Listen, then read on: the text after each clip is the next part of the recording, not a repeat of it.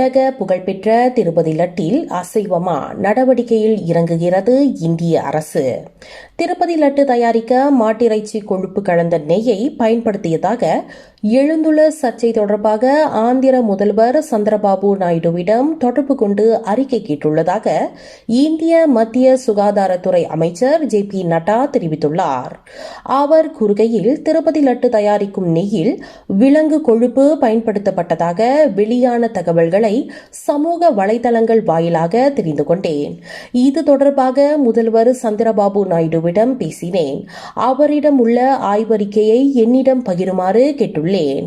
அதை ஆய்வு செய்து தேசிய உணவு பாதுகாப்பு மற்றும் தர நிர்ணய ஆணையம், அதாவது FSSAI சமர்ப்பிக்கும் அறிக்கையின் அடிப்படையில் நடவடிக்கை மேற்கொள்ளப்படும் என்றார்.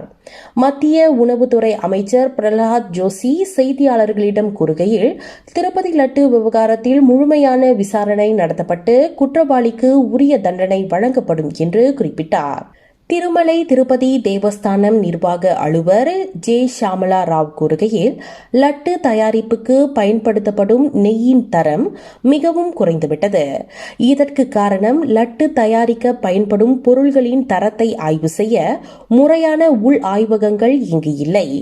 வெளி ஆய்வகங்களுக்கு எடுத்து செல்லப்பட்டுதான் ஆய்வு மேற்கொள்ளப்படுகிறது. இதனை சாதகமாக பயன்படுத்தி தரமற்ற பொருள்களை நிறுவனங்கள் விநியோகம் செய்து வருகின்றன என்று விளக்கினார். முந்தைய OSR காங்கிரஸ் ஆட்சியில் திருப்பதி லட்டு தயாரிப்பதற்கு விலங்கு கொழுப்பு உட்பட தரமற்ற பொருட்கள் பயன்படுத்தப்பட்டதாக ஆந்திர முதல்வர் சந்திரபாபு நாயுடு இதற்கு முன் குற்றம் சாட்டினார். அதனை OSR காங்கிரஸ் மறுத்துள்ளதோடு அக்கட்சியின் மாநிலங்களவை MPயும் திருமலை திருப்பதி தேவஸ்தானத்தின் முன்னாள் தலைவருமான சுப்பா ரெட்டி ஆந்திர உயர் நீதிமன்றத்தில் இது குறித்து வழக்கு தொடுத்துள்ளார். இதனைத் தொடர்ந்து குஜராத்தில் உள்ள தேசிய பால்வள மேம்பாட்டு வாரியத்தின் CALF ஆய்வின் அறிக்கையில் லட்டு தயாரிப்பில் பன்றி கொழுப்பு, மீன் எண்ணெய் உள்ளிட்டவை கலந்துள்ளதை உறுதி செய்துள்ளது.